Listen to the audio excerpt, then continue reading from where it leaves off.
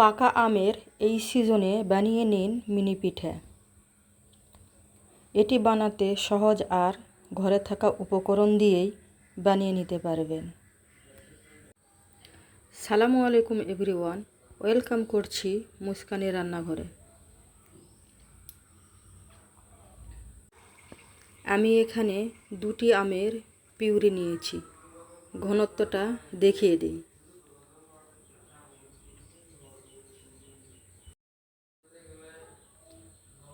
একটি পাত্রে আমের পিউরিটা ঢালিয়ে নিলাম। আর যে বাটি দিয়ে আমের পিউরি নিয়েছেন ঠিক সে বাটি দিয়েই 1 বাটি চিনি দিয়ে দিব। যারা মিষ্টি কম পছন্দ করেন তারা আরেকটু চিনি কমিয়ে নিতে পারেন। এবার হ্যান্ড মিক্সারের সাহায্যে চিনি ভালো করে গলিয়ে নিব, যাতে চিনি দলা দলা না থাকে।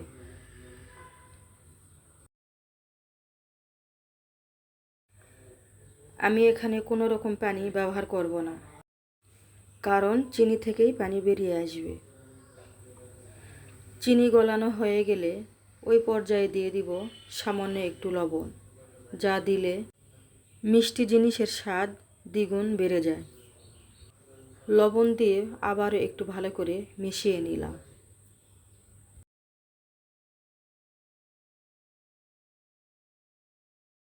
এখন দিয়ে দিব 1.5 বাটি চাউলের গুঁড়া, যে বাটি দিয়ে চিনি দিয়েছিলাম। আর হ্যান্ড মিক্সার দিয়ে ভালো করে মিক্সার করে নিব, কোনো রকম যেন দলা দলা পেকে না থাকে।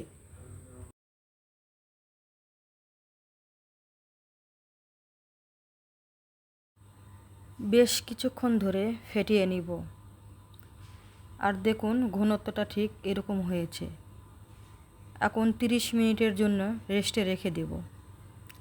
আপনাদের হাতে সময় কম থাকলে আরও সময় কমিয়ে নিতে পারেন।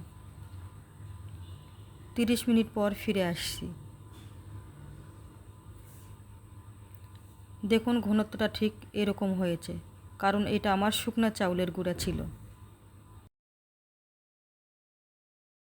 এই ব্যাটারটি আরও ঘন করতে হবে, তার জন্য দিয়ে দিব আমি আটা। আপনাদের কাছে ময়দা থাকলে ময়দাও দিতে পারেন। আর অল্প অল্প করে আটা দিয়ে ব্যাটারটি আরও ঘন করে নিব।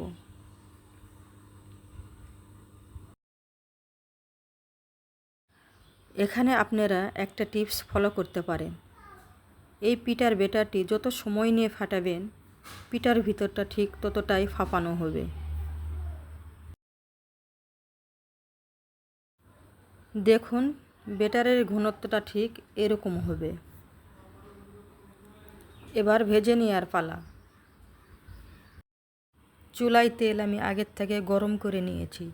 এবার ছোট একটা চামচের সাহায্যে ছোট ছোট করে সব পিঠাগুলো এভাবে ভেজে নিব।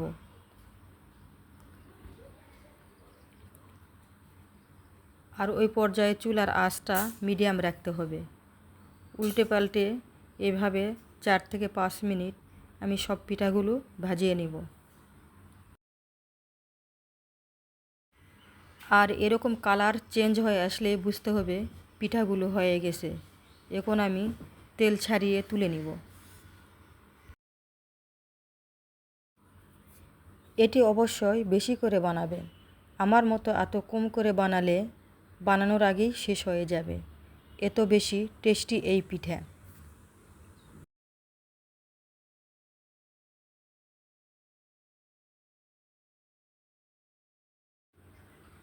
যারা এতক্ষণ আমার সঙ্গে ছিলেন, রেসিপি দেখে ঝটপট বানিয়ে নিন।